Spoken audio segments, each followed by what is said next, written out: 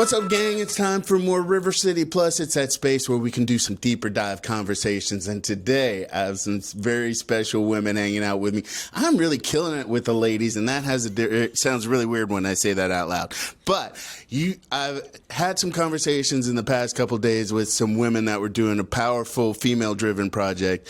You are women doing things for the military in a female-driven space as well. So I say it, who run the world? Girls. So I'm here with Grandma Pat, also Pat Patten, and then this is Lynn G. I didn't want to butcher her last name, but we call her Tank. You know, we'll just put it in perspective. And I will be Rants. We'll keep it simple. So, but really, we're here to talk about Pat has a new book dropping, and it has a very poignant message. So I'm going to let you tell us about it. What is your book, and what are we talking about?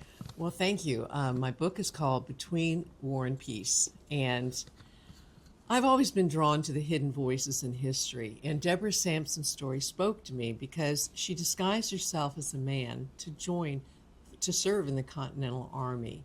She was America's first woman warrior, and her courage laid the groundwork for women to one day serve openly. And as a Navy veteran myself, I felt a personal connection to her story.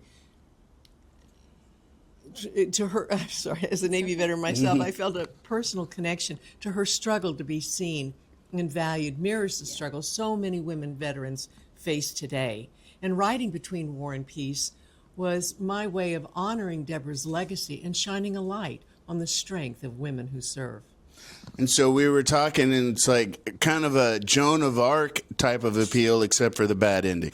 But how important is it, like, you talking to me now and with your pitch, I had no idea that she existed. So a lot of people don't know. So how important is it that people recognize her and her contributions and what women have contributed to the forces and throughout the decades? Centuries? Yeah, centuries. Yeah.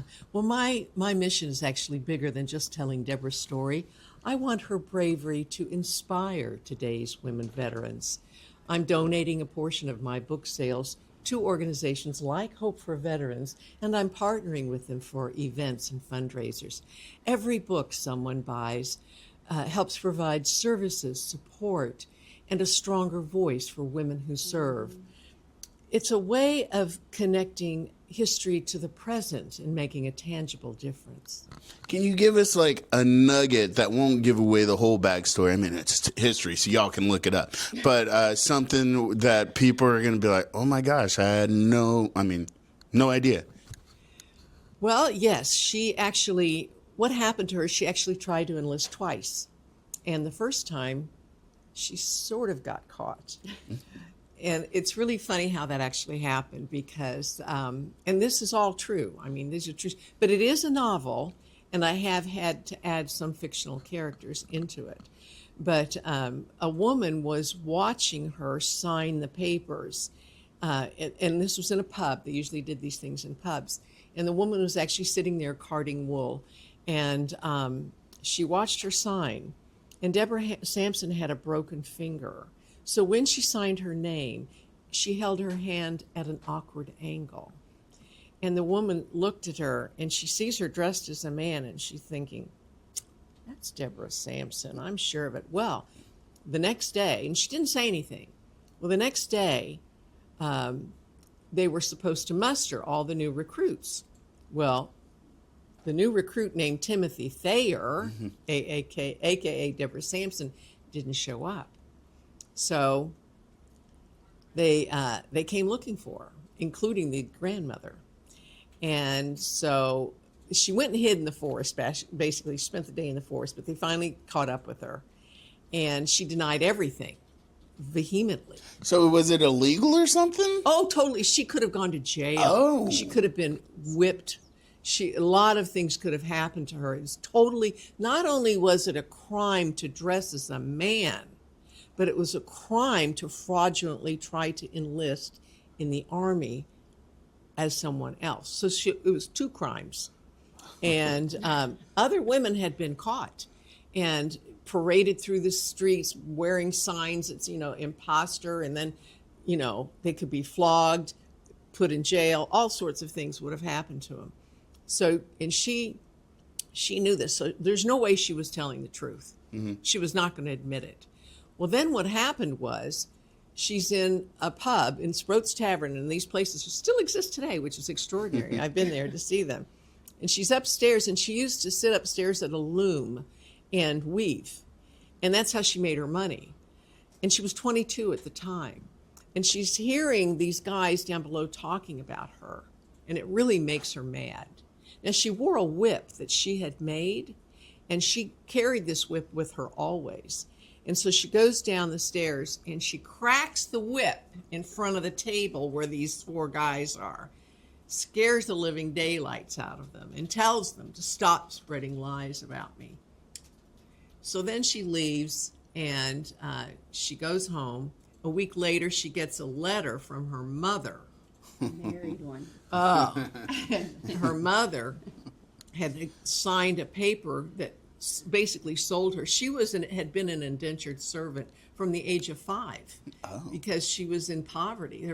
But both of her great-grandparents on both sides, maternal and paternal, both came over on the Mayflower. She was actually like a kind of royalty, really, but they were penniless. And because her great-grandfather was the very first ever governor of Plymouth Colony before it became Massachusetts. So it's a lot to it. So eventually what she realizes, I've got to get away.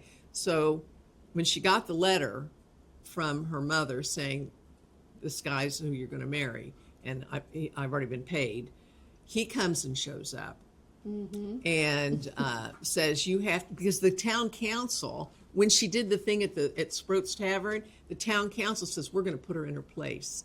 So they wrote a contract that said she either signs that contract and marries that guy, or she goes to jail for an unlimited period of time. So she ran away. But the only way a woman in those days could travel alone, she couldn't. So she had been she knew things were going to happen. So she had actually made herself an entire wardrobe, an outfit of men's clothing, and she escaped that night. And then the story goes on from there. And she had planned to go to sea because her father died at sea on a ship. But then events happened, and she had to turn around and run away from that. That's a whole nother story. But these things actually happened. And it's really extraordinary because I've read every book ever written on her, but I found the definitive research on her, which was a book called Masquerade. And I literally followed through what he outlined actually truly happened to her. And she enlisted on May the 23rd, 1782. And she was in for 17 months. And they thought she was dead at the end and threw her body on a heap of corpses. And they were going to go bury her. Well, she started to gurgle. And the woman that had declared her dead goes to get the doctor and says, I think he's alive. The doctor looks, nah, he's dead. Gurgles again. Now, you don't gurgle twice if you're dead. Right. There's a death rattle and there's done. Definitely, that death rattle. I mean, no. But, so the doctor comes, sticks his hand down her shirt and feels the bindings because she bound her breast, and realize it's a woman. So it goes on from there. But it's really extraordinary what all happened to her. You got me. This is a movie in the making because I was like, this just got super deep. Yeah, okay. It's totally, in fact, I wrote it as if it was a movie because that's how I saw it. Mm-hmm. So, yeah, one day I'm hoping that it will be a movie. Marketing. So, Lynn, Hope for Veterans. You and I have met before, and you guys have a tie, and she's definitely showing some support for you. You guys are doing a lot for women in the military or women with those affiliations. So, how important is it that books like these are showcasing women? And then how is that benefiting you guys being able to help women as we move forward now? Well, and you remember the last time we met was the mask, which was the interior, exterior of the mask. And so with that process, hearing your voice. So when I read half of her book, I haven't gotten through the whole thing yet, half of her book, the big thing that emphasizes is the equal, women and men being equal in the military and having that voice. and just the way she goes through the process. And today we still sometimes struggle with that. I see a lot of, especially military women that we work with mental health, with military sexual trauma, with PTSD, post-traumatic stress, all those things. So we see a lot of that, and that's why we went into therapeutic art. So we could go and, get to express their, voice, because a lot of them lost that voice. So, and it's not just, it goes beyond that. It goes with the VA benefits. It goes with disability benefits. It goes with all that stuff, because it can be stressful going through that process. And having that sister beside you and having those voices, because if you don't have that confidence and you feel, left out or isolated, it's tough. It's tough going by yourself doing that. And so as a story unfolds with hers, yes, she did it herself and found her voice herself, but because she had to. And now going forward in not 1900s, in 2000s, in 2000, we're still fighting to this day. But in the same thing, we're still, look at what's happening today. I'm not going to go into it, the government shutdown and all those things. But, and we're still sticking together as collaboration, as team, and it's not just our organization. There's so many organizations out there fighting for women, the voices, supporting each other. And so for Hope for Veterans, the first thing has been therapeutic art and writing. We're expanding that. Next year, there's a lot of things going on. With a couple grants that we have received. But we've also connected with other foundations, like Recycled Ride, giving women vehicles, and low-income housing that we're collaborating with. Next year, we have an account with them, a contract with them right now. So there's a lot of things going in the works that are happening. But again, the biggest point of it is I have to go off of Pat, because Pat came to us how many years ago? 23 and 23. So 23. She's been with 2020. us. I was like 23 years ago. Whoa. 2023. September. Oh, see, she's exact. So she came to us, and I have to tell the story. Sorry, Pat. So Pat came to us. No, you're good. You're good. So Pat, and I'm just going to say briefly. So Pat came to us. She lost her husband a year ago. I think it was that same year, in January of 2023. So, and I'll just say she lost her way for a while. And she came to our organization, and it's not just our organization, it was other organizations also. She came to our organization, and going forward, she's found herself, she's found her voice. She's even, went to Massachusetts, New York? I forgot where you went. Oh, yeah. And, to write the book. I went to New York for 6 weeks because I needed to do some more research, and I did that in September of 20. Oh, I guess. Sorry. Yeah, I did that in September of 24. And I wanted to see Francis Tavern, because the book actually ends at Francis Tavern, which is an extraordinary story in and of itself if you learn about the history of Francis Tavern, which I won't take up too much time here. But yeah, and what happened was I was going to be traveling around the country. I really wasn't going to be living in any one place. I was going to be going to visit people and working on my book. Well, I fell and broke my arm and my hip on October the 24th. I was supposed to be leaving on my 10,000-mile trip on October the 27th. And it's interesting. I'm a woman of faith. And when I hit the ground, I tripped over the sidewalk. When I hit the ground and I heard the crack, my bones crack. Mm-hmm. And luckily, I have osteoporosis. Luckily, my bones didn't shatter.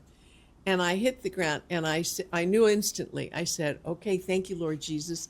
I see you're turning my life in a whole new direction, and I'm excited to see where it's going to take me. And I healed very, very quickly, beyond what anybody thought. I mean, I was walking everything within a week. Nothing stopped me. And when I went to have the stitches taken out, the doctor says, no one's ever come here from a nursing home without being on a walker, in a wheelchair, or on a cane. And the aide that came with me, she said, oh, no, honey, this woman doesn't need anything. She is totally independent. So talk about the voice, huh? Determination? Well, I think what I would like people to learn from this is that women have always been a part of America's struggle for freedom, even when they had to do it in disguise. And today, women veterans are still struggling and fighting for recognition, equality, and support. And my message is simple. Courage knows no gender. And when you support women veterans, you're honoring a tradition of service that goes all the way back to the Revolutionary War.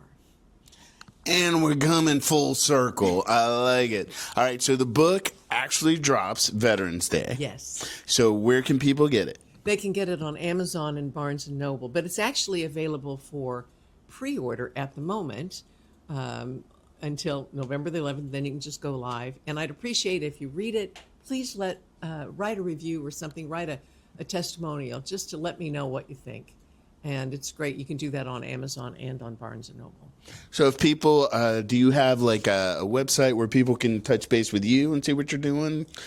Yes. Well, I have Pat Patten, author, on Facebook, and I have Patten's Point, which is a Substack, and I'm sending out newsletters. But it's probably best if people connect with me on Pat Patten, author. That's Patten, author. That's easy. On Facebook, yeah. That's easy. A lot of T's. Well, a lot of people think it's O-N because the general is O-N. But my husband's British, so it's E-N. The E-N is the English version. The O-N is the American version. It's always got to be complicated. History. I love history. And then hit them up with some of the Hope for Veterans. Oh, so on the website is the www.hope4 veterans with an s.org, and then you can always follow us on Hope for Veterans on Facebook, especially in the time of need. We love to support other organizations where there's a lot of food pantries coming through and stuff like that. So it's all about what we can do to support our military women veterans. We do also support our spouses also.